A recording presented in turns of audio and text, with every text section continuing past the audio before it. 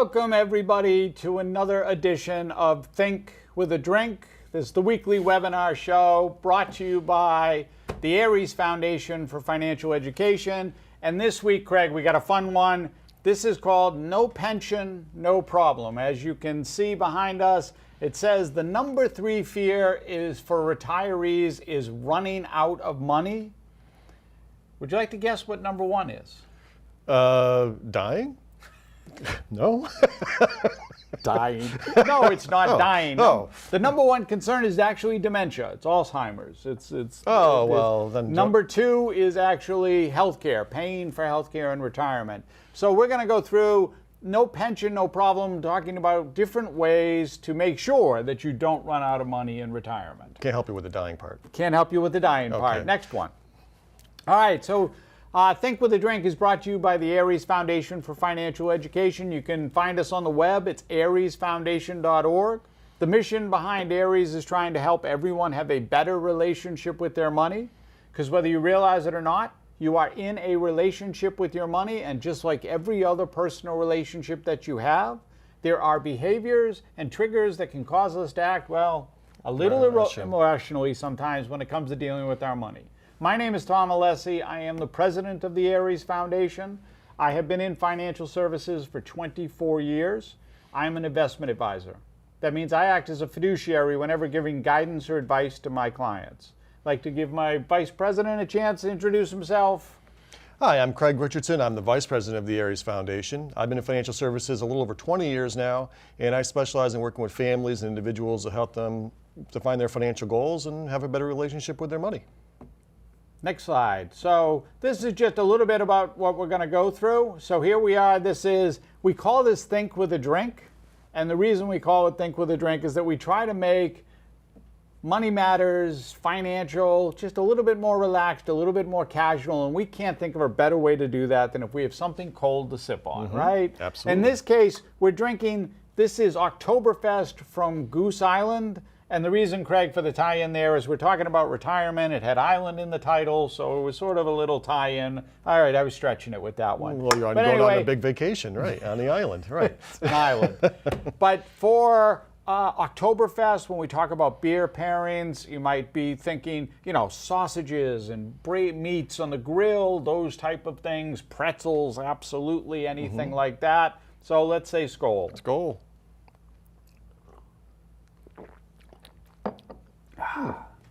Okay, next slide. All right, so our agenda for this evening, you're going to be real quick. Social Security, we got to talk about that. This thing that's out there that's called the 4% rule, how distribution versus accumulation works, why sequence of return risk is so important, and then finally we'll tie it in with what's in your buckets. Next. So understanding Social Security, and so real quick, we'll go to the next slide because we're going to talk about Social Security and what Social Security means, right? So the first myth for retirement is that our industry has sort of done a bad job with trying to explain how it all works. Because really the idea is all you've been taught or talked about is accumulation, when in reality, retirement is all about cash flow. See, cash flow equals certainty, and certainty will take the pressure off of money. And when we talk about Social Security, the next slide, Social Security is all about cash flow. All right, so real quick, because Social Security throws more acronyms out of you than anybody. So FRA and PIA. So FRA just stands for full retirement age. Depending on your year of birth, when your full retirement age comes into play, right? And so if you're born after 1960, it's age 67, right? I'm not sure you can see that on the screen, but it's age 67. So for majority of folks, it's age 67. That's your full retirement age. That PIA thing, Craig? Yes. That's the amount that you're going to get on a monthly basis from Social Security. Great. Next slide, that's your PIA, yes. Right? And so here's what works, because we get this question a lot, right? When can I collect? When can I take my Social Security? So you can collect as early as age 62. However, there is a penalty that will occur if you do that. The penalty is a 6.25 reduction in your benefit amount every year prior to FRA. So the better question is, when should I collect? When should you collect? Yeah. So a lot of that goes into when should you collect is about, a lot has to do with your health, family history, longevity. I mean, if you're somebody whose family history says we're not making it to age 80, Right. then I want to take it earlier. Right. Well, but it's difficult, right? Because you know, if you go just based on your family's history, medicines come so far, health changes occur. There's treatments for things that didn't have 20 years ago. So you just have no idea what your longevity is going to be when you retire at whatever age. Right. Right. That is a consideration. And then the other side of this is if you go past FRA, your benefit amount goes up just a little tick under 0.70 every month you go past FRA. Wow. So when you get to 70, based on the example on the screen, Right. that's 132% of what your FRA was going to be. Well, if I could be guaranteed to get that in my investment account, I'd be feeling fantastic. 8% a year, Right. absolutely. Yeah. And so the idea here is this is understanding why Social Security is so important for everybody. Next slide. All right, so this is the 4% rule. So I want to say like sometime in the early 1990s, this came about. And the idea with the 4% rule says that if you take just 4% of your money, whatever you have, your accumulated assets to live on in retirement, adjusted for inflation, that you should probably, and there's that term in there, probably be all set, not run out of money. Right. The problem is the reality in today is that for the most part, the 4% rule is not done well over the last decade. Well, because in the 90s when the 4% rule came out, it wasn't an issue getting a fixed rate of 5 or 6%. So if you were pulling only 4, then your money was still growing every single year. The issue we found in the last 10 years is that, a lot of those fixed instruments were getting 0 or, like that 1/10 of 1% they were giving you in your savings account nothing. as an insult. But now, like I said, in today's environment where the fixed rates have changed, now you're getting 4, 5, 6% in fixed rates, that rule starts coming back into play. So the issue though is just like you said, in retirement, you don't know that risk of return, if it's going to be up, if it's going to be down, what environment are you going to be playing in? Right. And so the 4% rule is not a great standard anymore to make sure you're not going to run out. And in fact, most people, when they do this and talk about what's the number that it should be, it's usually somewhere between 3 and 3.5. Yeah, being generous, yes. Right, so next slide. Right, so the idea here with retirement and thinking about retirement, for Craig and I, we use an analogy of climbing a mountain. The idea is that in my working years, I'm going up the mountain. That would be accumulation. And is the goal whenever we climb a mountain to get to the top? Well, it's part of it. Well, yes, you do want to make it to the Not top. to die yes. before I get to the top is another goal. You do want to make it to the top. However, for almost everybody, the idea is, okay, I've made it to the top. Now I need to get back down safely. Right. I took my selfies. It's time to head down. Yes, done all my selfies, done all my running around, planted whatever flag I had. And that's sort of the analogy that if you think of the mountain as I'm climbing the mountain in my working years, and once I get there, now I'm going to retire, and now I have to safely make my way back down. And that concept is that safely make my way back down, that's where we start talking about taking distribution, about taking money out of your accounts in such a way that to make sure that it's going to last for the rest of your life. Because that's really what this is all about. It's not how much of a pile that you have. Right. The issue that people don't think about is, all advisors for the most part are focused on accumulation goals. How much of a big pile can I make for myself before I retire? Do I get an 8% return, 10% return? What's my return? The issue though in retirement, and as Tom and I do some segments called On the Retirement Game, is there are so many different rules and tax strategies and all the stuff that comes into retirement that structuring retirement right is really about distribution. How do you take money out of what you have in order to make sure you keep as much of it as possible so you have that certainty we talked about? Right, absolutely. So next slide. And so here's that in a very, very confusing looking slide. But so the concept here is that you have a pile of money, whatever that pile of money may be. And now what we're going to do is we're going to look at how safely are you taking that money out. And the lines that are going across the screen are showing distribution rates, or what are known as withdrawal rates. Correct. Right? Yep. So you go, the blue line is 3%, the red line is 4%, and green is 5, etc., all the way down to 8%. So this is how much money I'm taking out. So if I have $100,000, I'm taking out 3%, I'm taking out 30 grand or $3 grand. $3,000. Right. Right. Annually. Annually. Right. So when you look at it, it says across the board, then on the bottom, it's telling you the number of years. Right. So I've got 15, 20, 25, 30. And, you know, for a lot of people, they used to look at it and go, well, 15, 20 years, I mean, you know, Right. what's that? I'll be 80, I'm done. Yeah. In today's world, the average, right, the average Life expectancy? life expectancy, I want to say for female now is 87. Yes. Right? Male, it's like 85. Yep. COVID knocked the numbers down. They were a little bit higher before COVID happened. But it's 87 right now. That's average. So if you retire at 67, which again, for most of us is FRA, that's 20 years. And an average means, Well, half of us are going to live longer than that. Absolutely. I mean, how many out there know people in their 90s?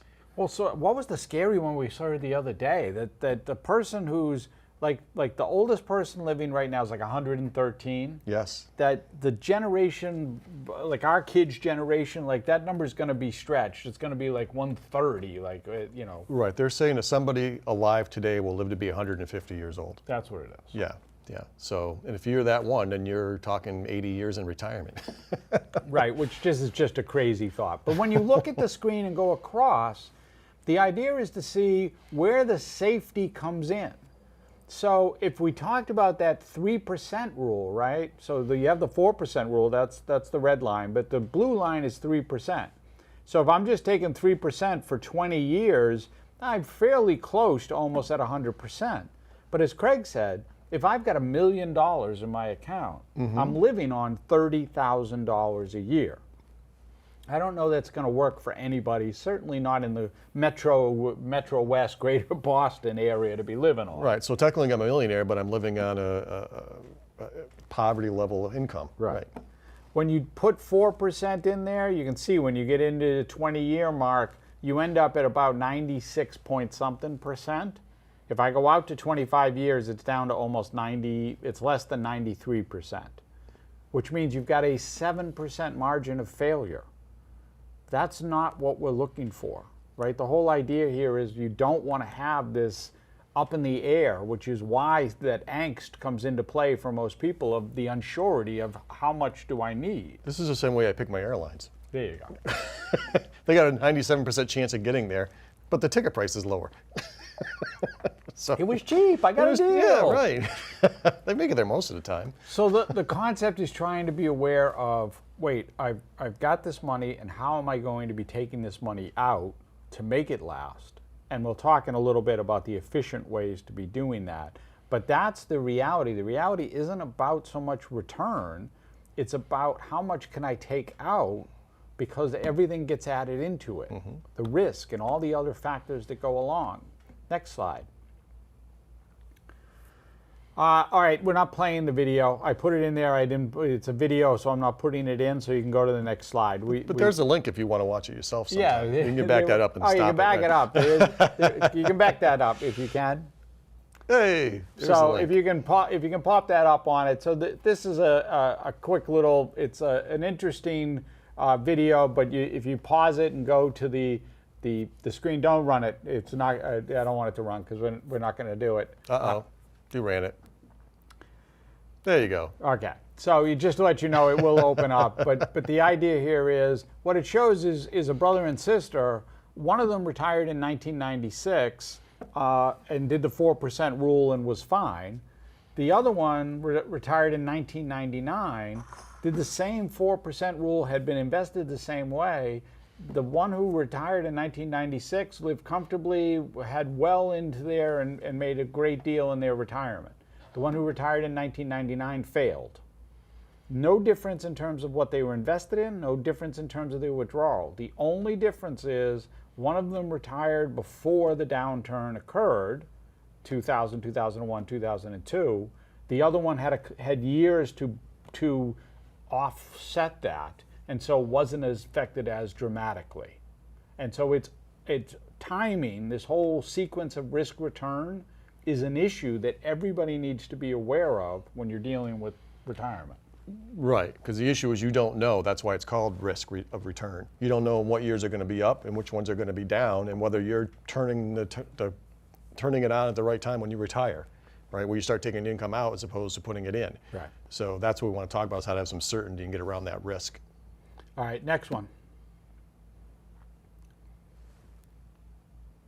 So this is going to be what's in your buckets, right? So a lot of times with this, when we talk about a bucket strategy, we're either talking about savings. In this case, it's about distribution, right? And the fact that, you know, a lot of times one of the trip ups for retirees is that they try to make their money in retirement do the same, have one asset solve all their problems.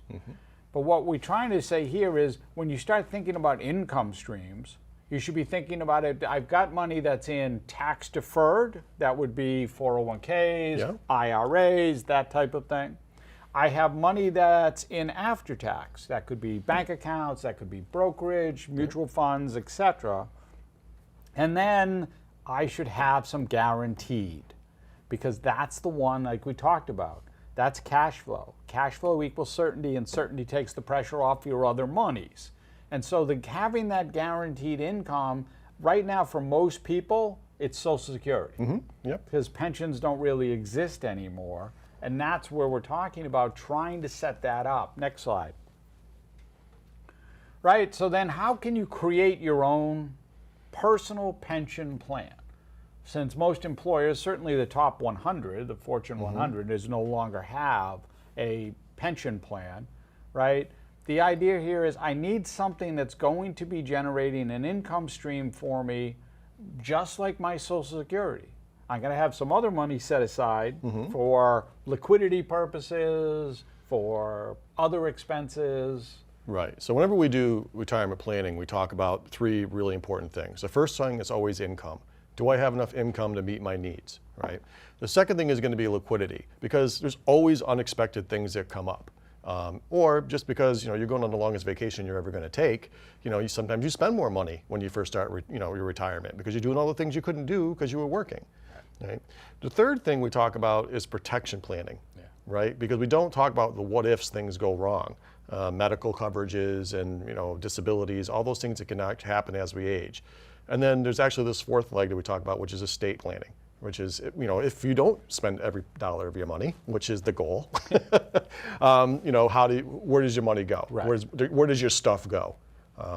And so that's what we like to talk about, is how do you set up the income portion? That's what we're talking about here today. Right, and so the next slide we'll go into, and that's if you can talk a little bit about how the covered strategy, the idea of a covered strategy, and how that might work for someone. Sure. So in the beginning of the slide here, you're seeing somebody put money into a 401k plan, right? And that's what we've been told to do since the 80s. It's a great thing. You get a match, you reduce your income today because you're reducing the taxes, and it grows tax deferred until you take the money out. So once you get to that point, you've saved $1 million, you're feeling fantastic about yourself. But as we just talked about with the risk of return, you can only take about 3.5% out to make sure you're not going to run out of money in the next 25 years. Right? Well, that gives you $35,000 a year, and it's not guaranteed, as it says here, because you still have risk of, market risk. In a personal pension plan that you're creating for yourself, you're still accumulating the same amount of money, but $750,000 is staying in your 401k, and $250,000 of that is going off to buy life insurance, right? The life insurance is there to replace that $750,000 should you die early, right? That's if you have a spouse or somebody else who's dependent on your income. Right, someone who's depending on that money. Correct. So what that does is now you have the $250,000 is actually cash value in the life insurance. So that's still cash that's available. That's still liquid cash, right? Now the $750,000 that you're now doing is you're creating your own pension or an annuity payout. Right? So now you're getting a payout rate based on your life expectancy in a pool with everybody else, just like that's how pensions worked in the first place. It wasn't just your own personal bucket. It was this bucket that everybody's in. Right. That's what Social Security is. That allows you to get a better payout rate. So now instead of getting that 3.5% payout rate, you're getting a 7.5% payout rate. You're doubling the amount of income that you have, and at the same time you've got $250,000 in liquid cash, which you didn't have in the first scenario. And also, if you do pass away, your significant other gets a $750,000 death benefit, which is tax-free, which they can now use to create an income stream. Right, because let's just back that up, because in that situation you would be, most pensions for the folks out there, when you if you know ever municipal employees, teachers, those folks have access to a pension. The pension gives you usually 3 options. The first one is single life, the second one is joint and survivor, and the third one is a cash, it's a period certain, as it is called, right? I'm going to get paid for 10 years or 15 years or whatever the case may be. The maximum payout, the number one payout in the scenario, is single life, because they only have to cover you. Right. But if you choose it and you die in 1 year, that's it, it's gone. It's gone.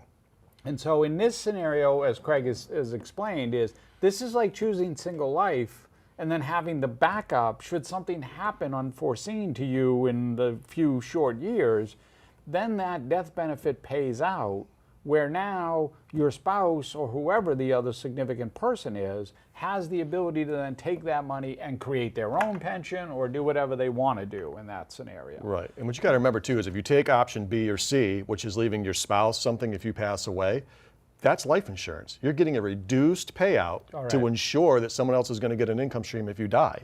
That is, but it has no cash value, and if your spouse dies first, it's usually not a pop-up clause. You don't get to go back to the original. So you're stuck relegated at that lower amount for the rest of your life. Right. Next slide. So this is taking it and doing it a little bit differently. So this is the same concept. It's the same $1 million. It's the same 3.5% withdrawal rate. Again, that's the $35,000 that's being there.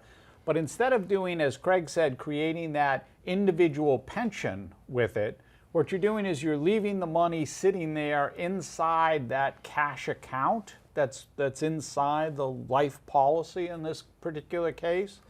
And much like we talked about with the scenario with those 2 siblings, where one retired in 96 and one retired in 99, had the one who retired in 99 had an alternative bucket, had some place that they could go when the market went down, they would then draw the money out of there. So for the example is, for anybody who retired in 2022, it's not fun for them, right? Everything was bad. If you retired in 2022, you were taking money out and the markets, bonds, everything tanked.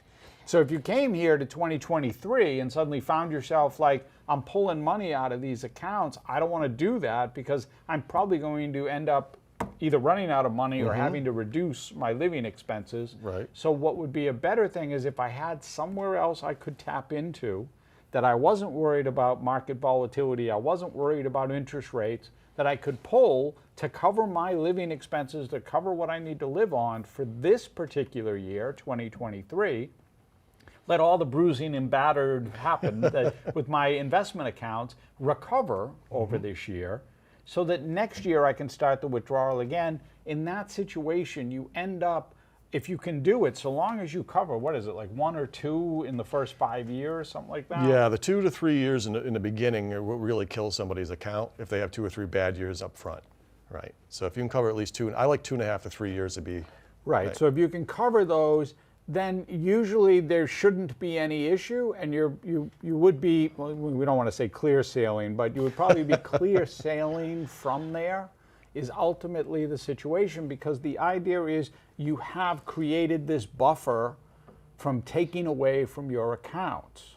Because that's the problem for most retirees, that you're withdrawing this money, and if it's against the market volatility, then you're double dipping. The market went down and you also took money out. It's so much harder to try to get back. Right. The nice thing is really you're setting the right pieces up with the right blocks to make sure you can do a strategy when you get to retirement. It doesn't matter which one you're doing, a covered asset or the buffer strategy. Actually, a lot of times I use a combination of the two. Right. Right. So you create the guaranteed income that's going to cover all your expected bills.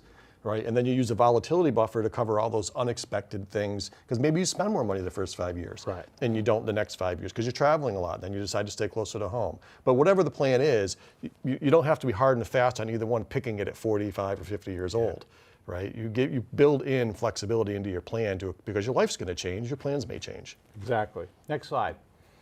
And this just shows you a quick snapshot of what those look like and how the increase and the benefit amount can be so much dramatically different. Upwards of 30 to 50% more income gets generated this way than just the pink or salmon, I don't know what it comes up on the screen there, is just if you just did your money like Craig said, I just plowed it into the 401k and that's what I was withdrawing, and I didn't have these alternatives to help me create either my own pension or some other alternative to it. Right, the salmon's your plan today. Yes, your plan today, if that's what you're doing. All right, so that's been our time here. We say to everybody, listen, we understand there's a lot going on, especially a lot of worries out there, whether that's running out of money or where am I invested or how am I doing it or what my plan is. We give everybody the opportunity to meet with us, have a conversation. If you're watching this, hit the pause button, that QR code that's up on the screen. That QR code, just scan that, shoot it, that'll open up our calendar, schedule a time. Otherwise, you can copy and paste. You can see the link in there as well. It'll open copy up, and paste it off a TV screen. Oh yeah, it's one. They might be watching it on the computer. Oh, maybe, yeah, okay. But they still couldn't copy and paste it. It's a YouTube, it's a tube. Oh. Yeah, it's way too much for me. Anyway, just use the QR code. That's why it's there in terms of going through it. We just don't want you frustrated. I can't get it to copy. My mouse is not working. You can always reach us, again, on the web, ariesfoundation.org. You can email us. That one's got my email in there. It's tlessie@ariesfoundation.org, or the general email is info@ariesfoundation.org, whichever works for you. Or like we said, hit the pause button, scan the QR code. Our calendar is going to pop up, and then you'll be able to schedule a time, and we're happy to answer any questions. There's never any cost. There's never any obligation for it. We're a nonprofit foundation. That's why we're here. And you can't email Tom and say, I want to talk to Craig. Yes. That is allowed, that he can do that. It is okay. But for the most part, that's the idea, is you just have the opportunity. You got questions, you got concerns. Maybe you're just unsure about what it is that you're looking at or whether or not you're on the right path. But this will give you an opportunity to set up a time and then take a look from there. And on that note, we're going to say thanks and have a great evening.